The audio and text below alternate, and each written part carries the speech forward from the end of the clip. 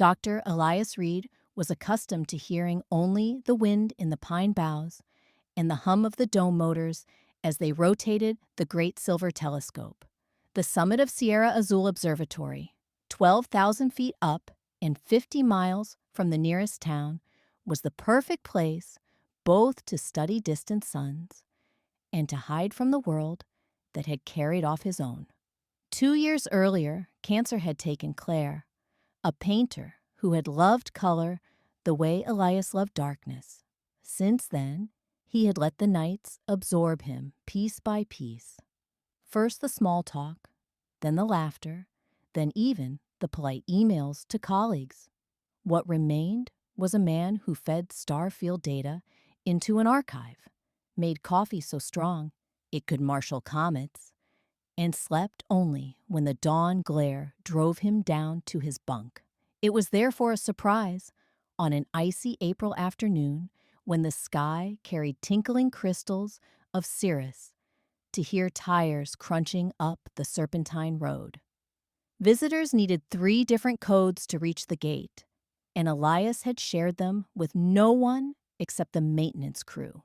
He leaned out from the catwalk just in time to see a small electric hatchback ease into the courtyard.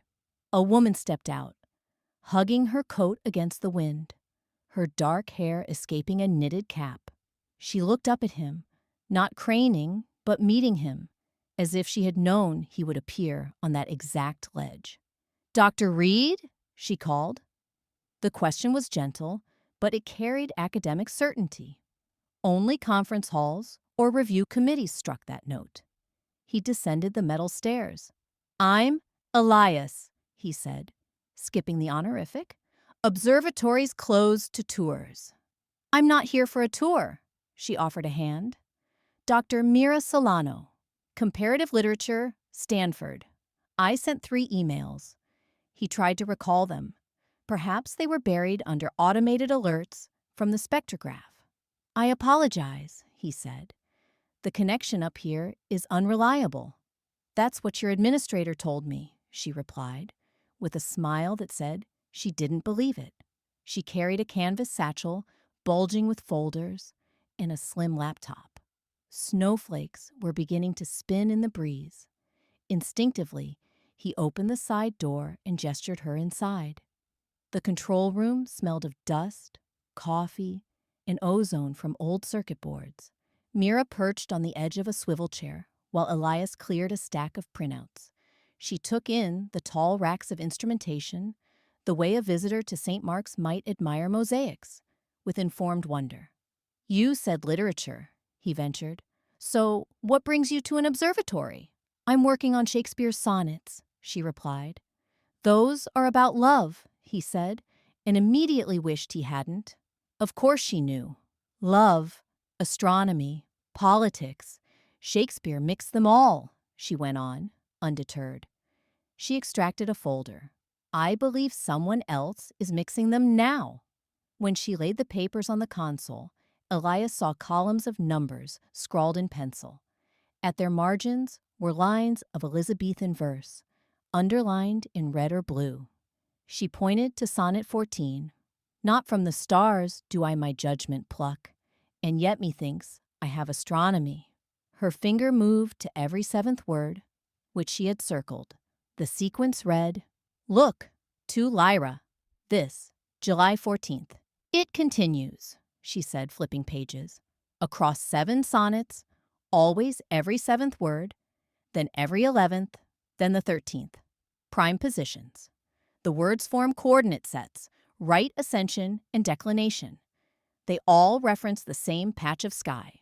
RA, 18 hours 36 minutes, declination plus 37 degrees.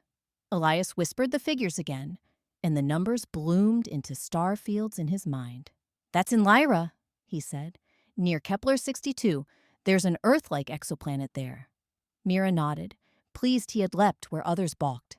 "I think someone hid a message in the sonnets that points to it." "Who?" "Shakespeare died in 1616. That's the puzzle." She tilted her head.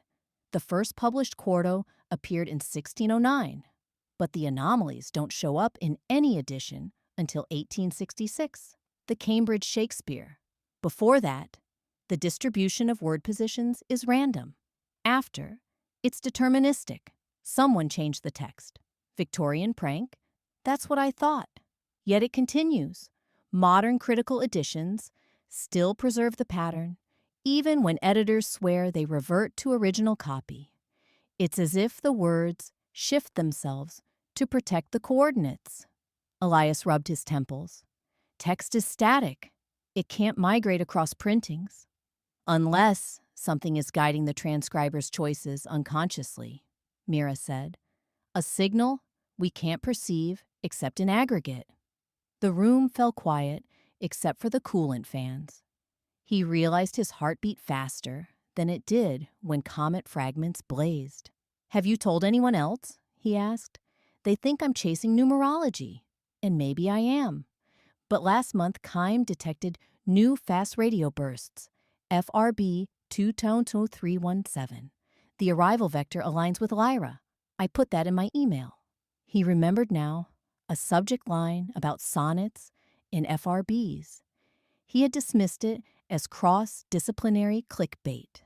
Outside, daylight was dying, the snow clouds dissolving to reveal a firmament already pricked with the first bright planet. Elias swiveled to the console, brought up the scheduler, and freed tonight's observing queue. The 18-meter dish is idle until 2 a.m., he said. We can listen before the satellite passes. Mira's eyes flashed. Then let's. While Elias initialized the radio receiver, Mira unpacked her laptop and displayed a concordance tool. Hour after hour words scrolled. Meteoric, prime, tune, sphere. She muttered them under her breath, as though repeating a litany. Elias overlaid the telescope's spectrogram. The thick gray static from the cosmic background looked like mountain ranges in fog. At 0111 UTC, the flat line quivered. A spike rose, then an identical twin, separated by exactly 14 milliseconds. Elias ran a fast Fourier transform. The power spectrum showed a forest of frequencies spaced in ratios of 5:4, the interval of a perfect third in music. Shakespeare wrote 14 lines per sonnet, Mira said, voice shaking, and the poets of his day tuned instruments to just intonation using pure thirds. Elias typed commands. The computer translated amplitude peaks into binary, then ASCII. Letters popped up. Shall I compare thee to a summer's day? That's Sonnet 18, Mira whispered. More lines scrolled, but each contained a subtle alteration, as if the speaker were answering itself. Elias stopped breathing. This is live, or near live, she said. It took the bursts 1,200 years to reach us, but we're the first to hear them. He imagined those syllables traveling through black nothing, bending around nebulae, dodging star deaths, arriving to the rusted dish above his head. Who had launched them? And why speak in Shakespearean I ams? Mira rested her palm on the console. Her nails were bitten, the only imperfection in her otherwise precise mien. Whoever they are, she said, they intercepted our radio dramas and learned our literature. They're answering in kind. So began an unlikely collaboration. Each evening, while the valley glittered with city lights far below, they decoded new sequences. Many arrived garbled, cosmic dust corrupting verses into puns. Others were hauntingly clear. Though blackest night divide our orbs apart, yet constant hearts shall gravitation share. Week by week, the two scholars, one of stars, one of stanzas, mapped each variation onto a matrix. Eliseus, the careful empiricist, checked timings against known FRB dispersion measures. Mira, attuned to metaphor, sensed that the aliens were embedding a grammar of longing. Between observations, they drank coffee from mismatched mugs, their shoulders sometimes brushing as they leaned toward the same monitor. Elias discovered that Mira hummed when she computed modulo operations. Mira discovered that Elias's right index finger tapped iambic pentameter on the desk when he waited for code to compile. People assume astronomers live in numbers, he confessed one dawn, but the distances are so huge that our math is mostly poetry in disguise. And people assume literature is air, she answered, when in fact, every good metaphor is a physics experiment, testing how far two unlike things can orbit before the tension snaps. The snowmelt came, then a riot of alpine wildflowers. They hiked along ridges during afternoon breaks, debating whether Hamlet's undiscovered country was mortality or the cosmos, whether Sonnet 116's ever-fixed mark might be a pulsar. Once, at the edge of a glacial tarn, Mira asked about Claire. The question was tender, merely a brush of curiosity. Elias stared at the mirrored sky and the water and told her how his wife had painted galaxies, how she had wanted to see the aurora borealis, but grew too weak to travel. Mira listened and did not try to fill the silence with consolation. She simply was present, and that was consolation itself. On the night of July 14th, the date spelled by the first cipher, they aimed the transmitter toward Lyra and sent a reply. A laser pulse modulated with both prime and Fibonacci intervals, carrying audio of Shakespearean Sonnet 116, read by actors of different genders, accents, and ages. After the reading, Elias added 30 seconds of Claire's laughter, recorded years earlier on a vacation reel. He did not tell Mira what the sound was. He simply felt the universe ought to hear it. 42 minutes later, a cascade of FRBs arrived, their dispersion so low it seemed they had leapt across the void faster than physics allowed. The decoded text was brief. We hear. We learn. We, too, have lost. Mira's hand found his, and in that gentle curve of fingers, Elias felt the shape of gravity, drawing him toward a body he had been orbiting for months without admitting it. But the greatest surprise came 3 nights later. The spectrograph lit with an optical transient, a star in Lyra brightened by exactly 2 magnitudes, then dimmed in a stepped pattern, 14 levels, each precisely 116 seconds long. It was as though an unimaginable civilization had built a planetary scale screen, shutting off starlight, to blink a message that any naked eye could read if it knew the code. Mira ran outside while the pattern still flickered. The Milky Way draped overhead like frost on velvet. She recited Sonnet 28 under her breath, about the day oppressing like night, the night bidding her think of starlight. Elias joined her, and they stood touching shoulders, counting each pulse from Lyra. The silence between pulses rang louder than church bells. "What are they saying?" she asked. "I think," he said slowly, "they're honoring our form. 14 steps, a sonnet in light. They're telling us that art can cross the vacuum." She turned to face him. Her cheeks glowed in the silver of the stars. He saw the question in her eyes, the same one he felt rising in his own blood. Could love itself traverse the distance between 2 damaged hearts? He kissed her then. It was not fireworks, but a quiet shifting of constellations, as if Orion had tilted his belt to better watch. The kiss tasted of coffee gone cold, and also of something new, like the first breath after surfacing. The next morning, the world discovered them. Amateur astronomers had recorded the Lyra pulses. News networks clamored for comment. Elias and Mira found themselves drafted into press conferences, juggling NDA drafts from NASA, calls from the Vatican Observatory, offers from streaming giants for docuseries, titles like dispatches from Shakespeare's Star. They tried to describe the message without diluting its mystery. "It is not proof of invasion," they said. "It is proof of conversation." Most reporters missed the deeper implication that the aliens, having mastered engineering grander than Dyson's dreams, had chosen a love poem about constancy, not power or conquest. Behind the microphones, Elias would glance sideways at Mira, and she at him. They shared a secret more precious than even interstellar communication. They had found a living hand to hold. But the world's hunger for spectacle grew. A senator demanded the signal be weaponized, claiming any species that could occlude a star could as easily erase ours. Religious pundits argued that quoting Shakespeare didn't make aliens civilized.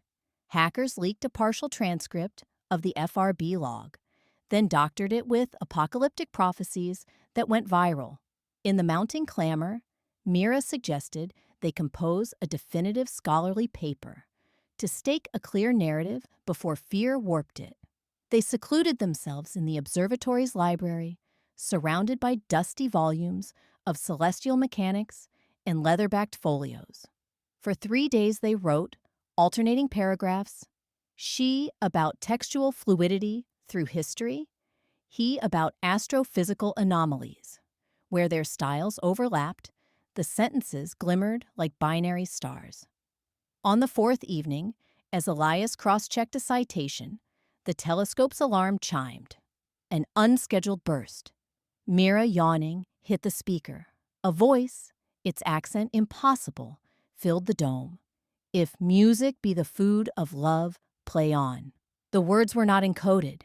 They came as direct radio in English plates, as if the senders had learned enough to speak plainly.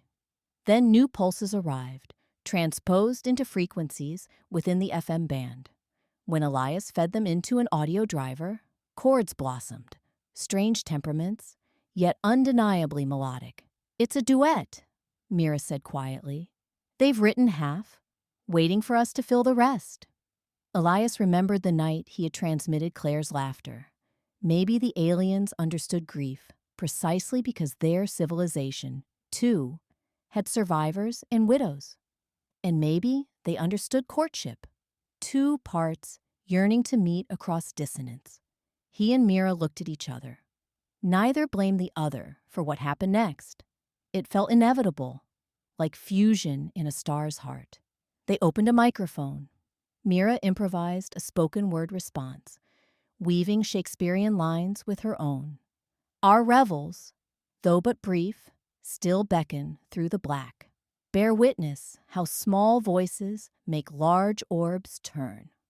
Elias layered a modulation of piano notes behind her. Each chord derived from the hydrogen spectral lines, lowered 10 octaves. For 6 hours, the duet continued. Lyra would answer with flares of radio light. They would counter with human breath and electricity. No politician authorized this diplomacy.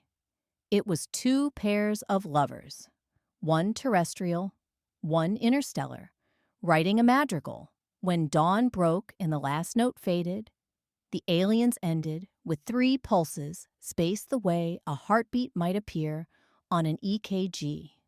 It could have meant farewell, or see you again, or simply yes.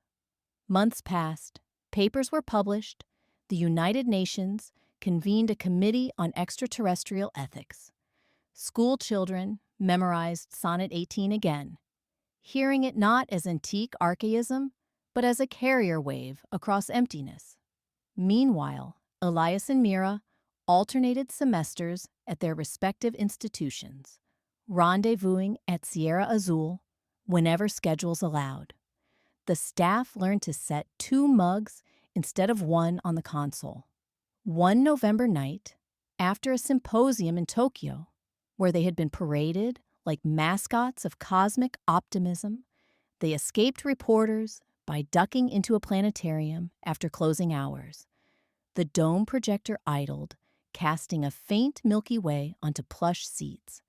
Mira lay back, letting minted stars glint in her hair, and asked softly, "Do you ever worry Claire is watching from somewhere? Thinking I replaced her?" He swallowed. The question had circled him, but never landed. "Claire believed," he said slowly, "that every color we invent on Earth already exists in starlight. She didn't think love is consumed like fuel. She thought it refracts, splitting into new bands. If she sees this, sees us, I think she'd call it a secondary spectrum. Mira's eyes shimmered. She reached for his hand. Above them, fictional constellations drifted, the projector's motors whispering like distant surf. They might never come physically, she said. Relativity is cruel, but maybe the real contact is already complete. You mean the messages? I mean the change in us. Humanity. We were so certain we were alone. Now, every time a couple quotes Shakespeare, they'll wonder if someone light years away is listening. That wondering will make them gentle. He considered the idea that gentleness could be a technology as powerful as warp drives. In December, the Lyra star pulsed one last time, 7 bright flashes on the winter solstice, then silence. Astronomers argued whether it signaled closure or renewed caution. Mira and Elias stood on the observatory roof, breath clouding, holding each other inside thick coats. 7 flashes, Elias murmured. A prime number again. Maybe they're reminding us that primes are the foundation of communication, Mira said. Indivisible, yet able to build infinite combinations. He wrapped his arm around her waist. Like 2 people, he added. She laughed against his chest. That was corny. Like Shakespeare? He could be plenty corny. True. She tipped her chin up. Let me try. My bounty is as boundless as the sea. My love is deep, he finished. The more I give to thee, the more I have, for both are infinite. Snow began to fall, lazy spirals touching her eyelashes.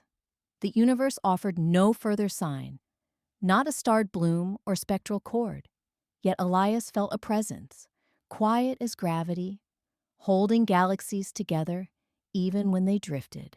It was the same presence he felt when Mira fell asleep reading in his arms, the same when he thought of Claire painting nebulae she would never see. Sometime in the small hours, they descended to the control room. The screens flickered with idle telemetry, recording nothing more exotic than solar wind. Elias shut the main breaker, a ritual that once had signaled loneliness, but now promised return. Good night, he told the scope. Good night, sweet prince, Mira added, grinning.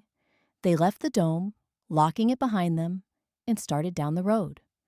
The snow-laden pines shone faintly from starlight alone, each needle reflecting a point of Lyra's vanished beacon. On the horizon, dawn was preparing its palette, the same blush of violet Claire had loved to paint. Elias thought of her, and of Mira, and of unknown poets orbiting Kepler 62, who quoted Shakespeare back at them.